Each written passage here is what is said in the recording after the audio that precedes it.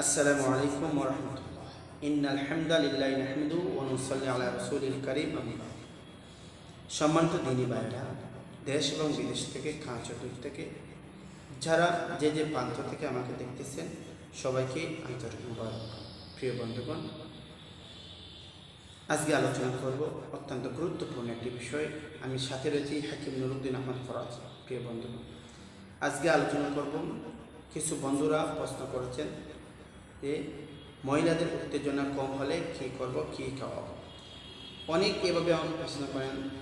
তো আমি আমার ওয়াইফের সাথে এনজয় করতে যাই, কিন্তু উনি তো দেয় না, ওনার কিন্তু উত্তেজনা চলে আসে না। আজকে তার প্রশ্নের উত্তরটা আজকে আমি আপনাদেরকে সুন্দর করে দিচ্ছি। যেসব মহিলাদের উত্তেজনা কম, আপনারা সেসব মহিলাদের দুইটা জিনিস খাওয়াবেন। একটা হচ্ছে রসুন এবং মধু একত্রিত মিক্স করে 7 দিন খাওয়াবেন। রসুন বা মধু বা রসুন একসাথে আপনি খেলে কাম্য রসটা বেড়ে যাবে, কেননা রসুন এবং মধু কামরসটা তৈরি করে।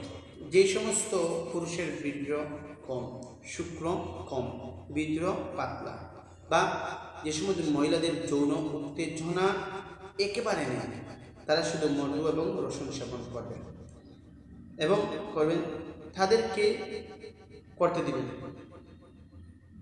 শরীর দুর্বলতা এবং যৌন দুর্বলতা দূর হবে। প্রিয় বন্ধু, যে সমস্ত মহিলারা একেবারে উত্তেজনা নেই, তাদেরকে কী করবেন, প্রত্যেকদিন সকাল একটা রসুনকে তেঁতু করবেন, তেঁতু করে তার সাথে একদম চামচ তাকে খাওয়াইতে থাকবেন।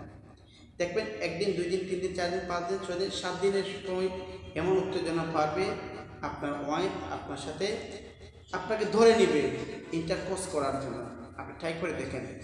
যে সমস্ত মহিলাদের যৌন উত্তেজনা কম, একেবারে নয়, স্বামীকে শান্তি দিতে পারে না, স্বামী যা চায় তা পূরণ করে দিতে পারে না, ওদের ব্যথা পায়, কষ্ট পায়, নিজে নিয়ে হইতে পারে, আপনারা এগুলো ব্যবহার করবেন, রসুন এবং মধু।